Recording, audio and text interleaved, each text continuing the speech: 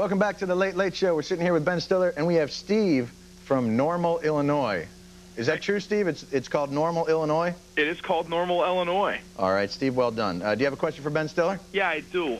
Ben, I think you're a funny guy. Thank you. The one thing I got to say is I definitely believe your father is the funniest character on Seinfeld, hands down. I agree. You can back me up on that, John, if you want. Normal has spoken. And my question is, what kind of influence did he have on you, as far as like the characters that you play and everything like that? Well, it's a good question. Do you want the real answer? Is he more Vince Lombardi or more Mr. Costanza? Guy, right.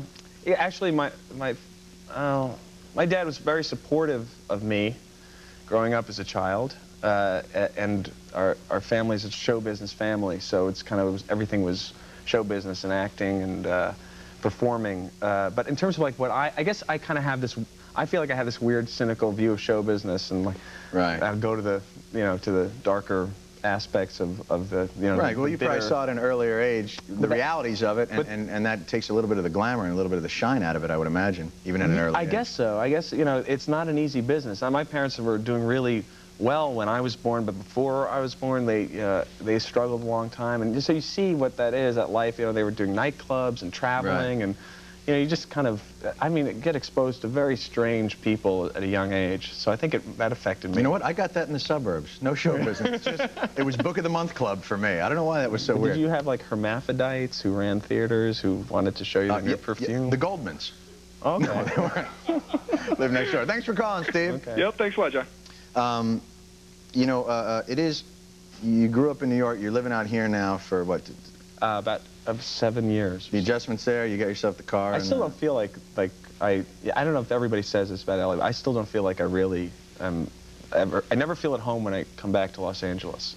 Do you live in a house? I couldn't live in a house, I don't think. I live in a house. I live in an old house from, I rent it. Is it one of those LA type houses where it's like Fatty Arbuckle used to throw up bar mitzvahs here? Yeah. Exactly. Actually, I used to say that the first place that I lived, we used to say this is where like Fatty Arbuckle died or something, because it was so weird and it was haunted.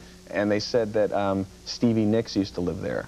Well, there you go. And she haunted it, and she's not even dead. This weird energy. She had that weird witchy kind of thing going on. No, it was bad news. I just imagine you open one closet and it's just all her handkerchiefs that she never packed. With like a weird breeze blowing through them. But yeah, it's just, you know what I mean? I've never felt at home here. Obviously you don't, because you live in New York. Yeah, which is and in New York, I live in sort of this 10-block area where I know my pizza place and I know my sandwich shop, and I'm very comfortable there, and I sort of feel, not agoraphobic, but you get in sort of this really routine habits that I like. Out here, I don't have any of that. No, well, because here there's no 10-block area that you can, walk around, and it's all, you have to kind of go, you have to drive. Do you enjoy driving? That's the other thing that I'm not. I think I like driving, I do, but I'm in the car, like, you're in the car so much, just becomes this whole world of being in the car. You have, I have a car phone, okay? Look, Ben, I'm not casting aspersions on you. I just wanted to know if you... Why should I feel guilty that I have a car phone? You shouldn't feel guilty at all, just because you're an LA sellout with a car phone. But my point is that I'm in the car so much that I would, like, never be able to get... I don't have... Whenever I'm driving around and I have to get in touch with somebody, you have to pull over in LA and walk for miles to try and find a payphone. You can't find it. And then you feel like you're like a male hustler or something.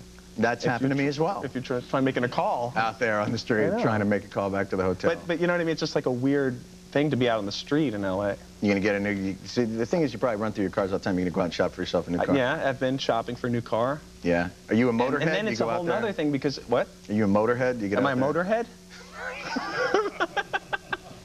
Yeah, I'm a motorhead. I meant that as not an insult. I meant... You got me. Guilty as charged.